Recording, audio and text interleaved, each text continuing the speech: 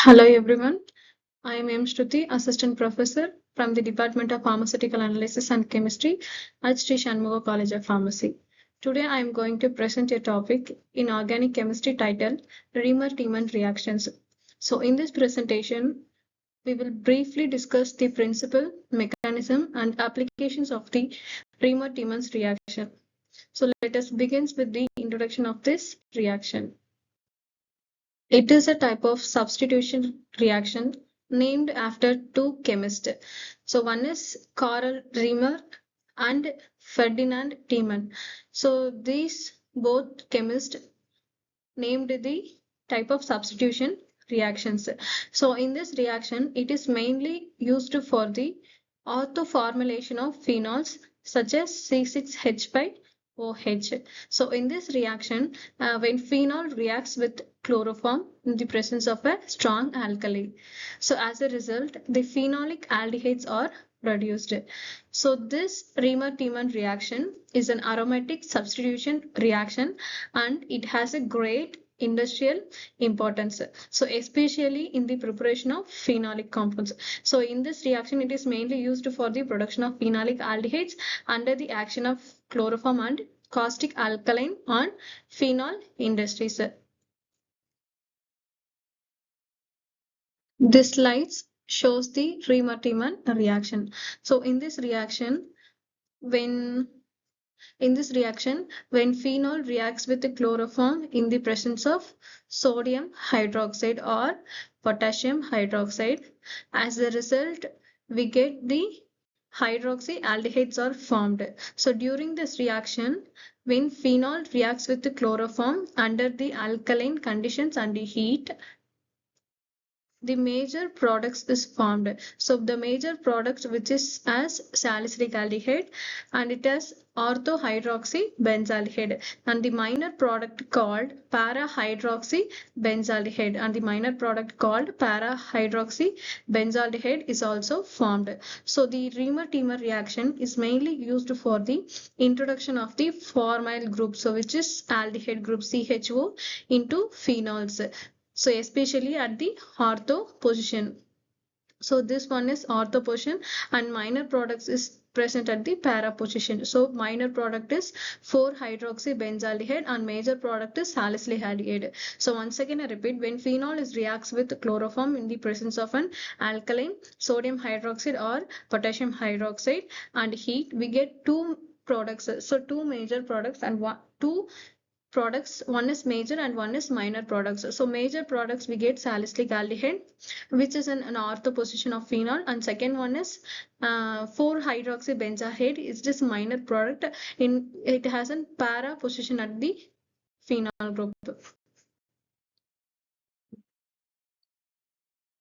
Now let us look at the mechanism of Reimer-Tiemann reaction.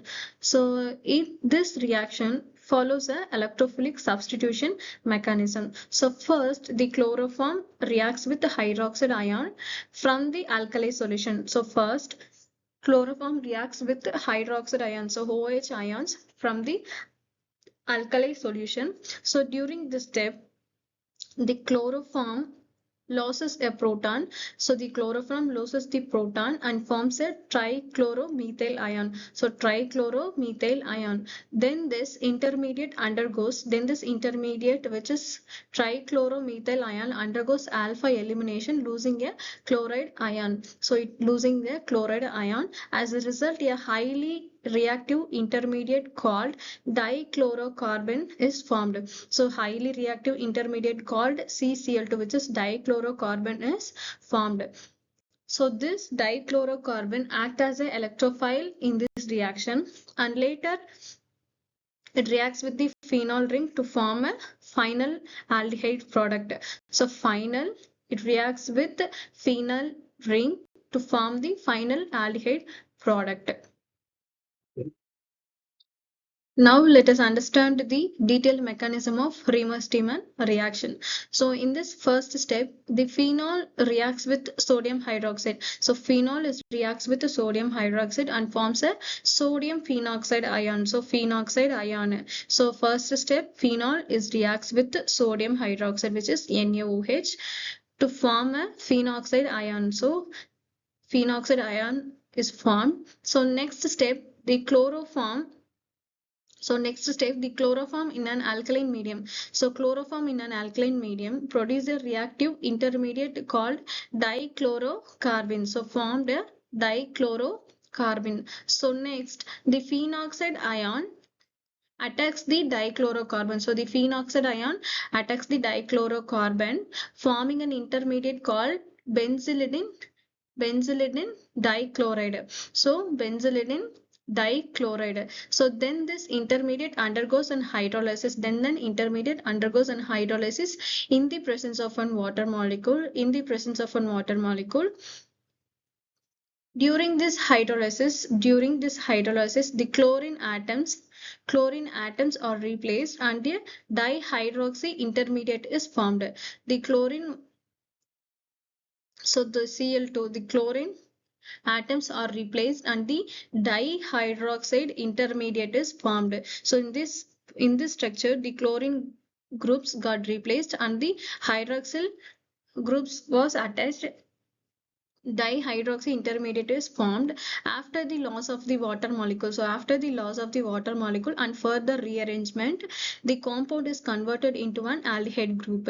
So in this step, the loss of water will occur and it gets further rearrangement. The compound is converted into an aldehyde group. So finally, the acidification gives the final product called an salicylaldehyde. So which is the major product of this reaction?